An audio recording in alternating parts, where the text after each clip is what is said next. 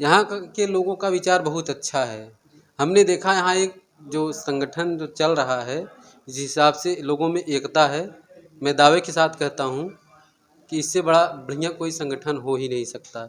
इसमें न कोई राजनीतिक बात होती है, सिर्फ समाज को जोड़ने की बात हो रही है।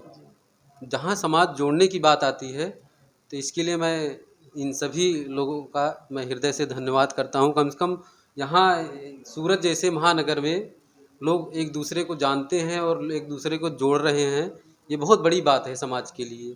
मैं चाहूँगा कि लोग जुड़े और समाज का कल्याण हो।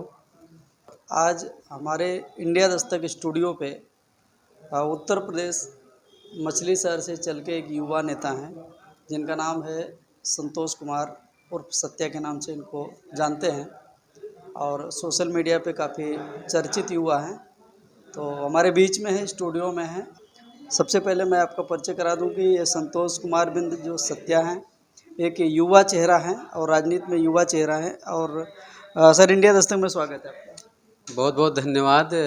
आप कम से कम हम जैसे युवाओं को एक मौका दे रहे हैं, इंटरव्यू कर रहे हैं, इसके लिए आपको इंडिया दस्तक न्यूज़ को मैं आपको बहुत बहुत धन्यवाद देता हूं। आज नवरात्रि है, नवरात्रि का दूसरा दिन है, क्या कहना चाहेंगे दोस्त दर्शकों से? सभी दर्शकों को, अपने देशवासियों को नवरात्रि की बहुत बहुत बधाई, शुभकामनाएं देता हूं और माता रानी से यही कामना करता हूं कि सभी स्वस्थ रहें, मस्त रहें और इस भारत के विकास में अपना योगदान दें। आप किसी पार्टी से प्रेरित हैं सर? हाँ, मैं भारतीय जनता पार्टी का सिपाही हूँ और पूर्व में जो है मैं युवा मोर्चा का मीरगंज का मंडल अध्यक्ष रहा हूँ। उसके बाद पार्टी ने फिर दायित्व दिया, मैं मछुआरा प्रकोष्ठ का जिला संयोजक रहा। 2017 में हमको पिछड़ा वर्ग का जिला उपाध्यक्ष बनाया गया। इसके बाद हम फिर पार्टी के लिए अभी तक काम कर रहे हैं। कौन सी विधानसभा उत्तर प्रदेश में, जो खास करके जौनपुर में, कौन से विधानसभा से बिलोंग करते हैं? हम मछली शहर लोकसभा है हमारी है और मछली शहर विधानसभा भी हमारी है। दोनों सीटें जो हैं सुरक्षित सीट है और हम उसी के अंतर्गत आते हैं जी। तो आप युवा हैं, तो अभी आपको जो है ना अपना कैरियर दूसरे क्षेत्र में क्यों ना बना करके राजनीतिक क्षेत्र में, किसके प्रेरणा से आप कदम रखे हैं राजनीतिक क्षेत्र में? राजनीतिक क्षेत्र में वैसे मैं 2007 में जो है मैं विदेश गया था। जब विदेश से मैं आया, वापस आया तो हमारी मुलाकात हमारे गुरु, राजनीतिक गुरु हैं, मैं उनको नमन करता हूँ, आदरणीय रामचरित निषाद जी। वो 2009 में अपना दल से चुनाव लड़े, मैं उनके साथ था। फिर 2010 में उन्होंने भारतीय जनता पार्टी ज्वाइन की। उसके बाद लगातार हम उनके साथ काम करते रहे। 2014 में वो सांसद बने।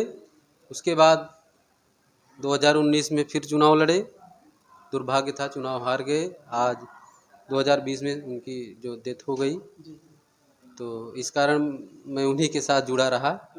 हाँ।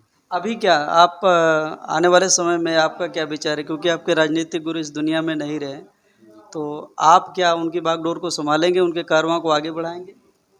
नहीं, अभी ऐसा कोई विचार नहीं है और आने वाले समय में पार्टी जो भी दायित्व हमको देगी, हम पार्टी के साथ कंधे से कंधा मिलाकर चलेंगे, समाज के बीच में जाएंगे।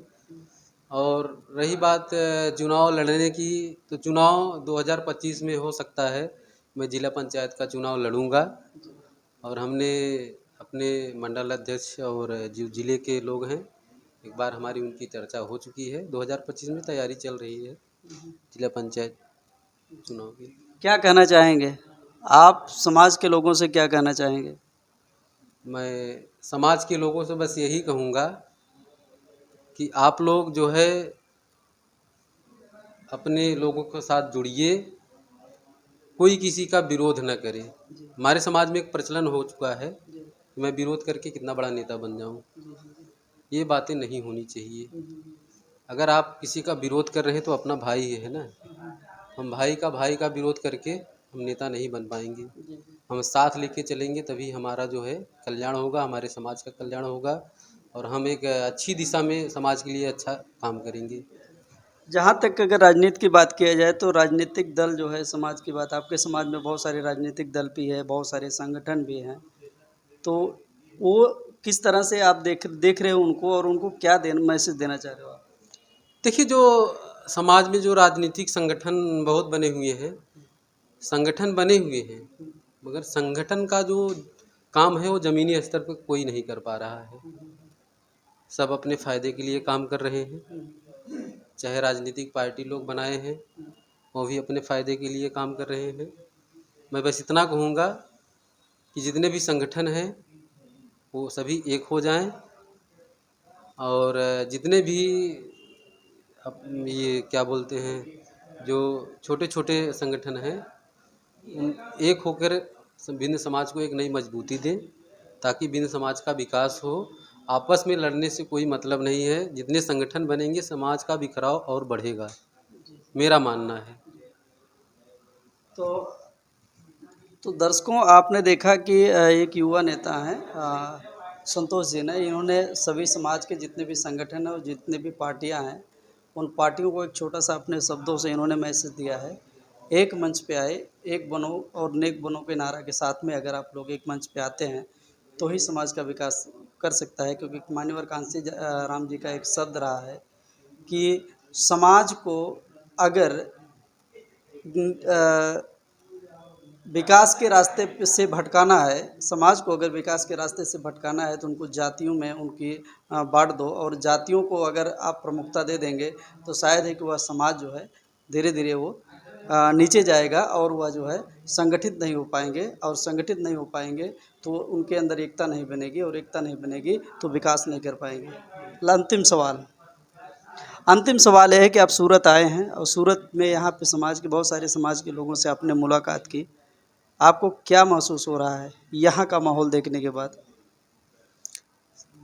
यहाँ आने के बाद बहुत अच्छा लगा। लोगों ने जिस तरह से स्वागत किया, मैं उन सभी समाज के लोगों का हृदय से आभार व्यक्त करता हूँ।